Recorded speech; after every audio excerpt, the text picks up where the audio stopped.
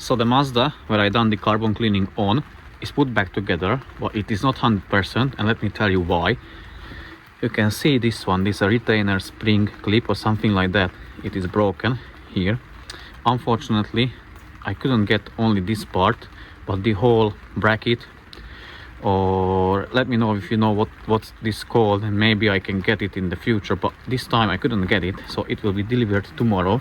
And where it connects is that hose down there, which connects to the intake manifold. So now it is not loose, I mean it's put back, but not properly as it's supposed to be.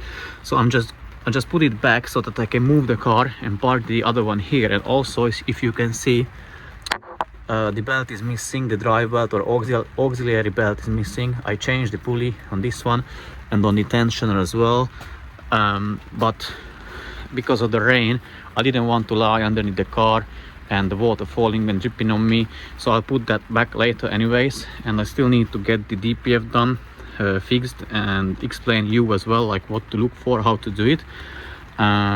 So yeah, basically I started it up already. It starts first time, no issues. So I'm going to move this one out and bring back the other one, where I'm going to remove the valve cover and check for the wear of the exhaust camshaft. So yeah, I have ordered this part. It should arrive tomorrow. Then I put the parts back, the drive belt, everything, and later we'll test the DPF, show you what to look for and how to test it, this and that. But in the meanwhile, let me move the another Mazda here and remove the valve cover parts. This car was already here on the channel, if you may have noticed. And what was done to it? The carbon cleaning was done, exhaust pressure change for a new one.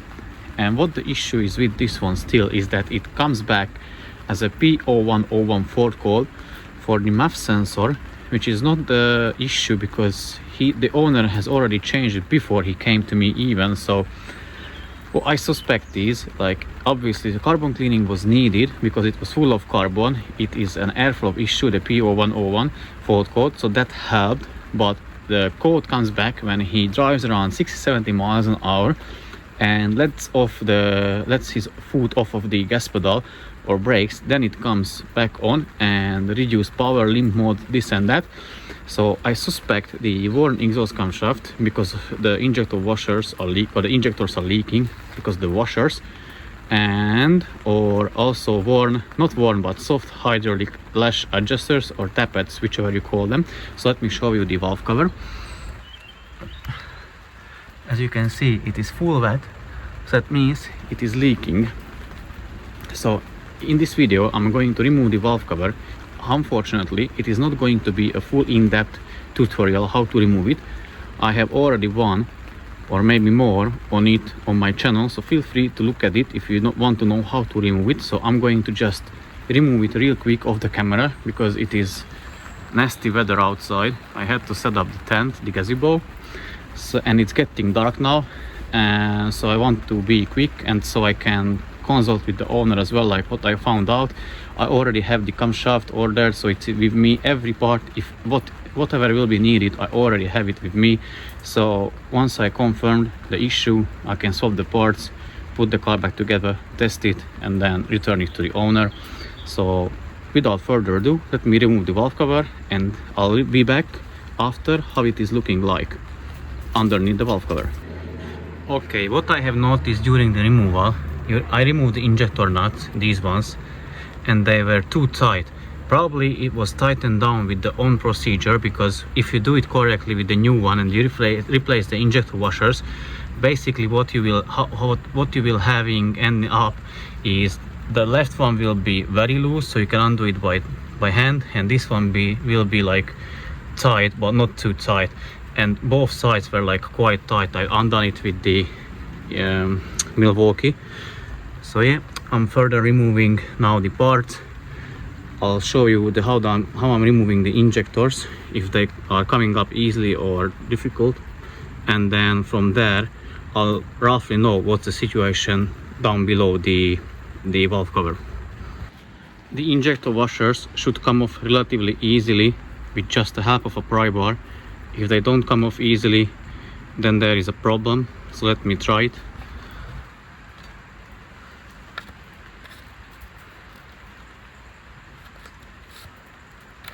Okay.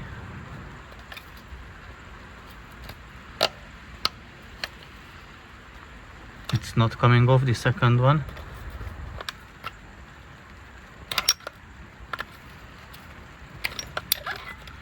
Let me try it one more time.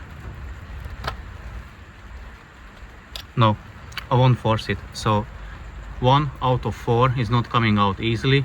I suggest that there will be like a very big jelly dirt underneath that injector, but we will see once I open the valve cover or remove the valve cover. Okay guys, valve cover removed and it speaks for itself. So yeah, let me show you. Try to turn a bit. Oh, it's already turned off. Okay, let me bring another flashlight so that you can see something at least. Okay, I'm back. Look at that. Second injector hole, third full of jelly oil, and unfortunately yeah, the camshaft is worn. So a lousy job will be waiting for me to remove everything in here from the cylinder head, clean it as much as I can, obviously check for the valve, hydraulic tappets, lash adjusters.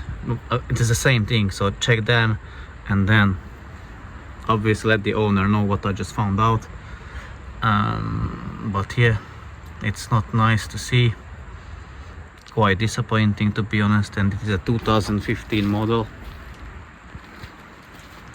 So yeah, I'll remove everything, clean everything the best as I can, and then return it to the owner, but it will take some time definitely. So yeah, this is it for today, because it's getting 3:45 and I'm going to Peugeot, not to this Peugeot but to the dealership, collecting the part for this one. Hopefully that will fix the leak, and then checking for one another customer for a wet belt for a Vauxhall Grandland X or something like that, but it's a Peugeot engine, the 1.2 PureTech or whatever that is called. So yeah, things are like this. And yeah, thanks for watching. Ask anything in the comments section. If I will have time, I'll try to reply and answer your questions, but I'm quite busy at the moment. I got, I think, 7 or 8 cars here waiting for me to get fixed. So yeah, but I'll try to do my best. So thanks you guys for watching and see you in the next one. Bye bye.